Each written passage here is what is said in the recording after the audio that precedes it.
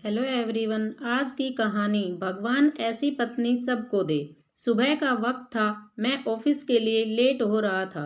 अक्सर मैं सुबह जल्दी तैयार हो जाता हूँ, लेकिन कल शाम ऑफिस का बहुत काम था, इसलिए देर रात तक जागना पड़ा। जागने की वजह से सुबह लेट उठा, इसलिए ऑफिस जाने में देरी होने लगी। मैंने बाथरूम में घुसते हुए पत्नी को आवाज़ लगाई कि वह मेरे कपड़े तैयार रखे। मैंने बाथरूम में ज़्यादा समय नहीं लगाया और जल्दी से नहाने के बाद बाहर आ गया। मैंने अपने बिस्तर पर देखा तो वहाँ कपड़े नदारद थे। मैंने गुस्से के स्वर में फिर से पत्नी को आवाज़ लगाई। शायद वह किचन में थी, मेरे लिए खाना तैयार कर रही होगी, इसलिए उसको मेरी आवाज़ नहीं सुनाई पड़ी, या फिर कुकर की उठती तेज सीटी में मेरी आवाज़ दब गई होगी। इस बार मैंने गुस्से के साथ और तेज आवाज़ लगाई, लेकिन किचन से बड़े प्यार से रिप्लाई आया, आई। मेरा गुस्सा अपने चरम पर था। मुझे ऑफिस के लिए लेट हो रहा था। मैं अंदर से बुरी तरह झल्लाया हुआ था। तभी पत्नी कमरे में आ जाती है और वह सीधे अलमारी की तरफ बढ़ जाती है। मेरे मन में सवाल आया कि क्या उसने मेरी आवाज़ को सुना था या फिर सुनकर अनसुना कर दिया था। फिलहाल जो कुछ भी हो, वह मेरी तरफ देखते हुए कपड़े बिस्तर पर रख देती है और वहाँ से जाने को होती है।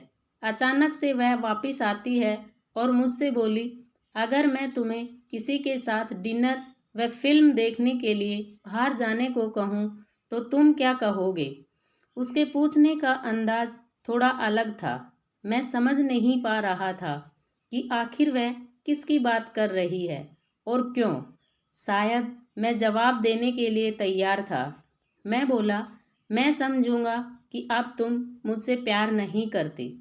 शायद उसने गुस्से अथवा प्यार में मेरी तरफ देखा, लेकिन फिर अगले ही पल अपने होठों पर हल्की सी आती हुई मुस्कान को दबाते हुए बोली, मैं आपसे प्यार करती हूँ, लेकिन यह औरत भी आपसे बेपनाह प्यार करती है, शायद मुझसे भी ज़्यादा, और आपके साथ कुछ समय बिताना चाहती है।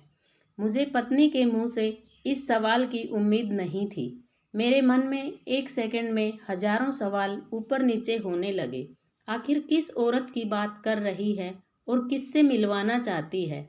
ऐसे हजारों सवालों के साथ मेरा मन मुझे घेर रहा था। आखिर मैंने पूछ ही लिया कि किसकी बात कर रही हो। पत्नी ने बिना कुछ बोले एक तस्वीर की तरफ इशारा कर दिया। वह तस्वीर मेरी माँ की थी, जो मुझसे दूर रहती थी, जिनसे कई महीनों से मैं मिला नहीं था। शायद काम की वजह से मैं उन्हें फ़ोन भी नहीं कर पाया। मैं अपनी व्यस्तता के कारण उन्हें समय ही नहीं दे पा रहा था। मैंने पत्नी की तरफ देखा। पत्नी ने मुस्कुराहट के साथ मेरा मोबाइल मुझे थमा दिया। मैंने माँ को फ़ोन किया और उनसे रात पर खाने और साथ में फ़िल्म देखने के लिए कहा। माँ मेरी आवाज़ सुनकर खामोश हो गई। शायद करुण स्वर था, तुम ठीक तो हो ना? तुम दोनों के बीच कोई परेशानी तो नहीं? माँ ने पूछा। उनके लिए मेरा एकाएक इस तरह फ़ोन करना शायद किसी परेशानी का संकेत था। नहीं, कोई परेशानी नहीं, बस मैंने सोचा था कि आपके साथ बाहर जाना एक सुखद एहसास होगा। मैंने जवाब दिया और कहा, बस हम दोनों ही चलेंगे। उन्होंने इस बारे में एक पल के लिए सोचा और फिर कहा, ठीक है। शुक्रवार की शाम को जब मैं उनके घर पहुंचा तो वह मेरा इंतजार कर रही थी। मुझे देखकर उनका चेहरा खुशी से चमक उठा, जैसे वर्षों से खोई कोई दौलत अकस्मात उन्हें मिल गई हो। मैंने माँ के पैर छुए और उन्हें गाड़ी की तरफ ले जाने लगा। वह बार बार मेरी तरफ देखकर हल्के हल्के मुस्कुराकर गाड़ी की तरफ बढ़ रही थी।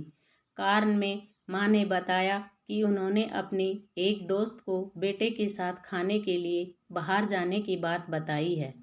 वह काफ़ी प्रभावित थी। फिलहाल हम माँ की पसंद वाले रेस्तरां तक पहुँच चुके थे, जो कि दिखने में अब भी अच्छा और आरामदायक था।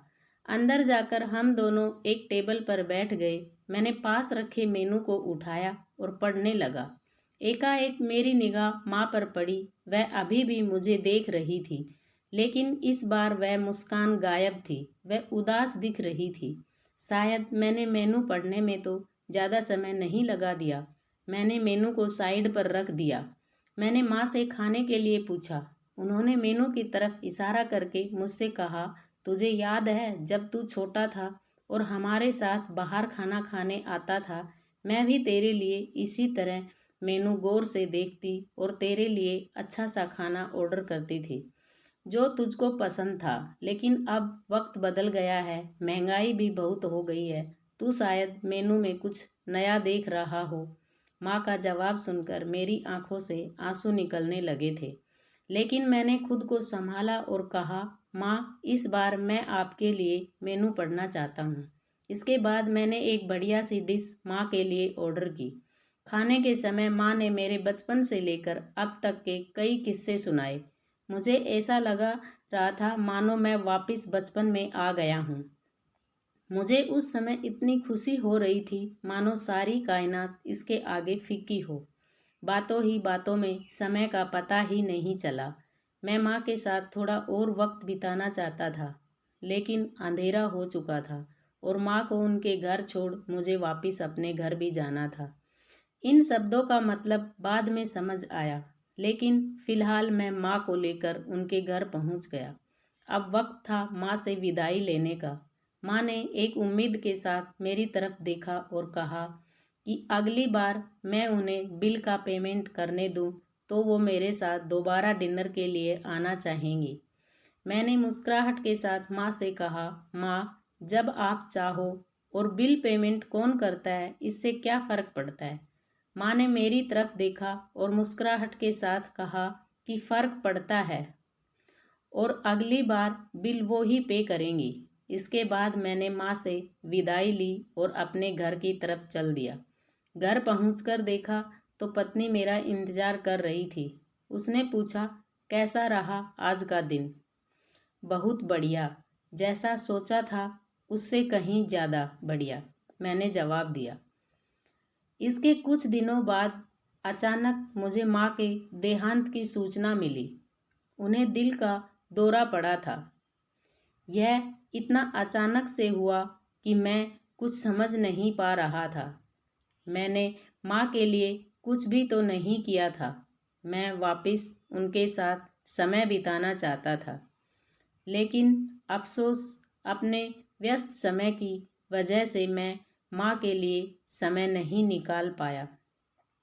लेकिन अब पछताए होता क्या, जब माँ थी तब समय नहीं था और अब जब माँ नहीं तो पछतावा और अफसोस है।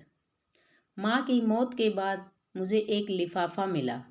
उस लिफाफे में उसी रेस्तरां की एडवांस पेमेंट की रसीद के साथ माँ का एक खत था, जिसमें माँ ने लिखा था, मेरे बेटे, मुझे पता नहीं कि मैं तुम्हारे साथ दोबारा डिनर पर जा पाऊँगी या नहीं, इसलिए मैंने 2 लोगों के खाने के अनुमानित बिल का एडवांस पेमेंट कर दिया है। अगर मैं नहीं जा पाऊँ तो तुम अपनी पत्नी के साथ भोजन करने ज़रूर जाना।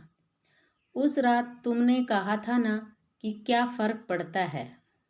मुझ जैसी अकेली रहने वाली बूढ़ी औरत को फ़र्क पड़ता है। तुम नहीं जानते, उस रात तुम्हारे साथ बीता हर पल मेरे जीवन के सबसे बेहतरीन समय में एक था। भगवान तुम्हें सदा खुश रखे, तुम्हारी माँ। इंसान को दुख अपने के खोने के बाद होता है। अगर समय रहते एहसास हो जाए तो जीवन में छोटी छोटी बातों से भी परिवार में खुशियाँ बांटी जा सकती हैं। और माता पिता तो जीवन की सबसे अनमोल धरोहर हैं। दोस्तों, माँ बाप के लिए समय ज़रूर निकालें, माँ बाप से ज़रूर मिलते रहें, क्योंकि माँ बाप हमारे लिए अनमोल धरोहर हैं। वीडियो कैसा लगा कमेंट करके ज़रूर बताएं। वीडियो को लाइक एंड शेयर करें, चैनल को सब्सक्राइब ज़रूर करें। मिलते हैं अगले वीडियो में। माँ के लिए एक कमेंट ज़रूर करें।